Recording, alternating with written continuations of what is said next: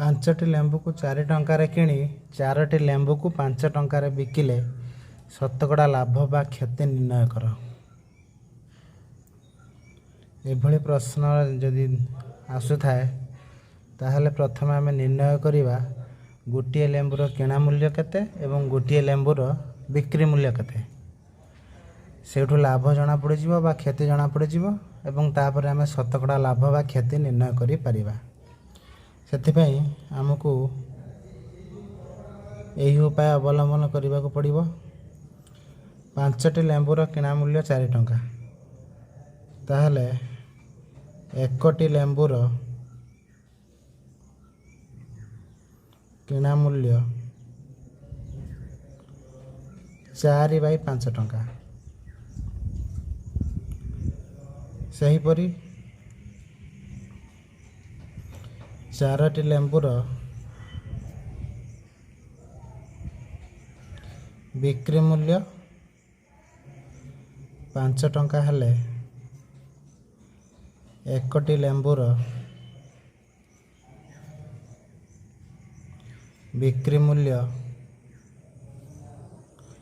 5/4 ଟଙ୍କା। ତାହେଲେ 1ଟି ଲେମ୍ବୁର କିଣା ମୂଲ୍ୟ 4/5 ଟଙ୍କା, 1ଟି ଲେମ୍ବୁର ବିକ୍ରି ମୂଲ୍ୟ ହେଉଛି 5/4 ଟଙ୍କା।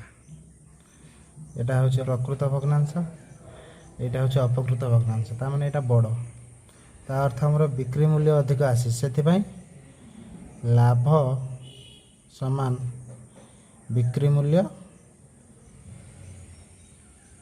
ଫେଡ଼ାଣ କ୍ରୟ ମୂଲ୍ୟ ବା କିଣା ମୂଲ୍ୟ। 5/4 ଫେଡ଼ାଣ 4/5 ସମାନ କେତେ ହେବ? 4×5 20 ହେଲା ଲସାଗୁ, 5×5 25 ଫେଡ଼ାଣ 4×16 ସମାନ 9/20 ଟଙ୍କା ହେଉଛି ଆମର ଲାଭ।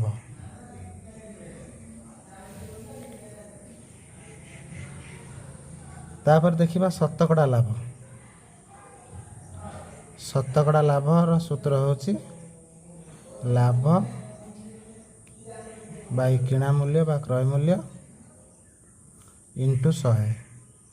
ଆମର ଶତକଡ଼ା ଲାଭ ବା କ୍ଷତି ସବୁବେଳେ କ୍ରୟ ମୂଲ୍ୟ ଉପରେ ହିସାବ କରାଯାଏ। ତାହେଲେ ଲାଭ ହେଲା 9/20 ଟଙ୍କା, 1ଟି ଲେମ୍ବୁର କିଣା ମୂଲ୍ୟ ହେଲା 4/5 ଟଙ୍କା ଗୁଣନ 100।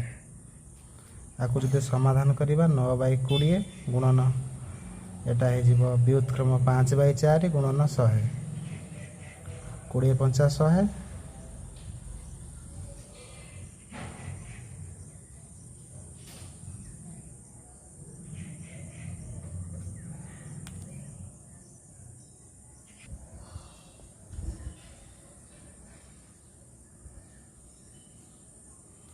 ତାହେଲେ ଆନ୍ସର ଆସିବ 225/4।